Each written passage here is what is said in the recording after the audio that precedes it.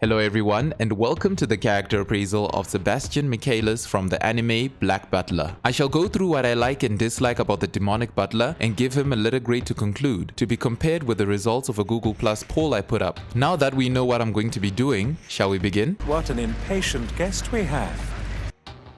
Black Butler is an anime about a manservant and his master, CL Phantomhive's quest to seek answers and closure about a tragic event in the latter's past. We see the two, along with CL's household and some other allies they meet along the way, going through many adventures as they are the Queen's guard dogs who solve mysteries that they are assigned to investigate by Her Majesty the Queen of England. Sebastian is the titular butler and is also a demon, but you would never believe it by the way that he carries himself. Perhaps you could be a bit more respectful of my position. I'm on duty after all. He entered into a contract with CL where he agreed to be his faithful servant in exchange for his master's soul.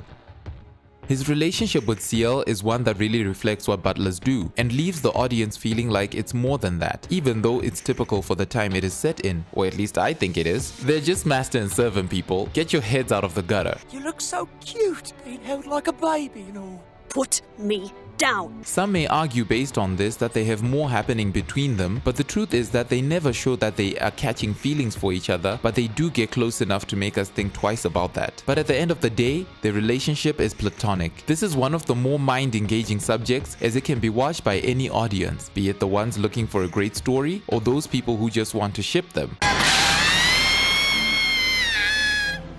This is scandalous, yes it is. I know one friend of mine who definitely reads fanfiction about them, and she knows exactly who she is. Don't you? Just look at him. I mean, this physique. You should quit this country job and come work for me in the city. Well then, perhaps I should bite you. He is smooth, so very polite, and well-spoken all the while maintaining his composure. I have no idea what you're talking about, but I can in fact tie cherry stem in a knot using my tongue. Sebastian appears to know exactly what to say at the right moment and knows how to communicate whatever feeling he wants to communicate in such a way that you never ever see him rubbing you the wrong way. If it is a compliment, a reprimand, sarcasm, a joke, or even when throwing insults, he always manages to keep his appeal, and yet the effect of his words remains the same on his target. My goodness, you think I'm impure?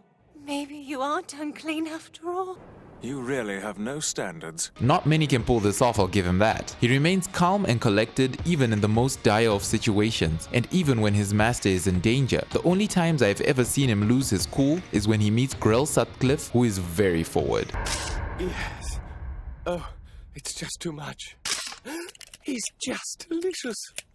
Oh. He is the definition of the words mysterious, tall, dark, and handsome. But then, what are you doing here? There was a bug. We see him do a lot of things and interact with so many characters, and yet we have no background of him beyond his meeting his master. So sorry. I'm afraid I charge for the juicy bits. This is actually very good because it keeps us hooked and wondering why he does what he does, and keeps us second guessing whether or not he actually cares for his master or he's simply fulfilling his contract perfectly. We are never told where exactly he came from, how old he is, or even his real name, but it is pointed out to us that we are not told, which gives the story leeway to reveal it or not, but at the same time we're not holding on by an annoying thread for the answers, which I give them props for.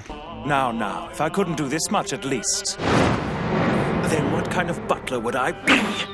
In terms of action, he manages to do things that normal human beings cannot do, and appears to be fixated on fulfilling his duties as a butler more than anything. Indeed, I'm simply one hell of a butler. He gets things done and is quite honorable for a demon. He knows how to do almost everything: cooking, running a household, sleuthing, and wielding kitchen utensils as weapons in order to protect his master. Even with his complete devotion to his master, he does not seem to be a shackled dog or a slave. He maintains his independence and fulfills his duties in a way that gives the impression that he is doing it of his own accord. This is surprisingly bolstered by his love for cats of all things, as their cuteness distracts him even though his master does not like it. So very lovable, it could almost be a sin. And what's more, So soft. Ah, so soft. Listen when I'm talking to you. Oh, I apologize, sir, but she's so beautiful.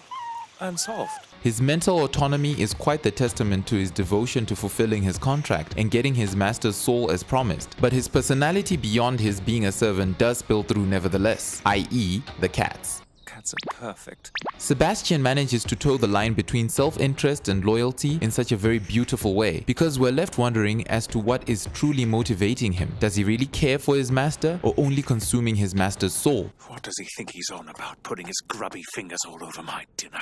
Either way, it is clear that this is one of the more interesting points of his character and the series as a whole. He will do good if he is ordered to do good. He challenges the concept that demons are inherently attracted to do bad things. He has no aversion to doing good at all, the assertion being that his character tells us that demons will do anything to consume a pure human soul, whether it is a good deed or a bad deed, as long as it convinces the target holder of the soul to give up the same willingly.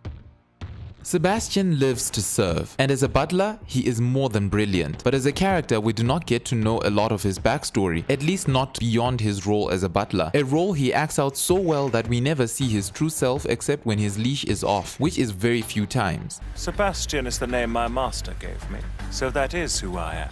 But I guess that is the whole point, as what he expresses to be his goals are those propagated from his master, the ultimate goal being eating his master's soul. On that note, my next complaint comes up. I do wish that I had gotten a little bit more insight and explanation into his background and powers. For example, I wish I knew the other souls that he had consumed before meeting CL in order for me to see why he would collar himself to a seemingly spoiled brat who can be abrasive to the audience. What was that for, Master? What did I do? Nothing. I don't need to justify my actions. I sometimes see myself asking, what could be so good about this particular soul that he would go so much out of his way for it? I believe that a look into his past masters and contracts would have been the best way to assuage my reservations. Because of all I've already mentioned, I award Sebastian a B+. Oh dear. What an awful thing to do to a perfectly good tailcoat. Serves you right, you lousy...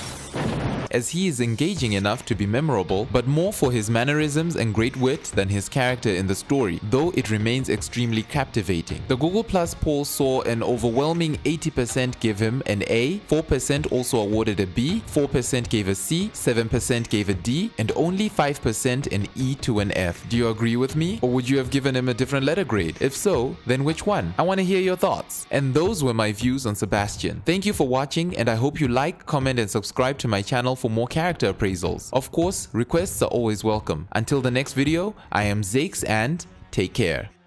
You know, it has been a rather busy day, yes.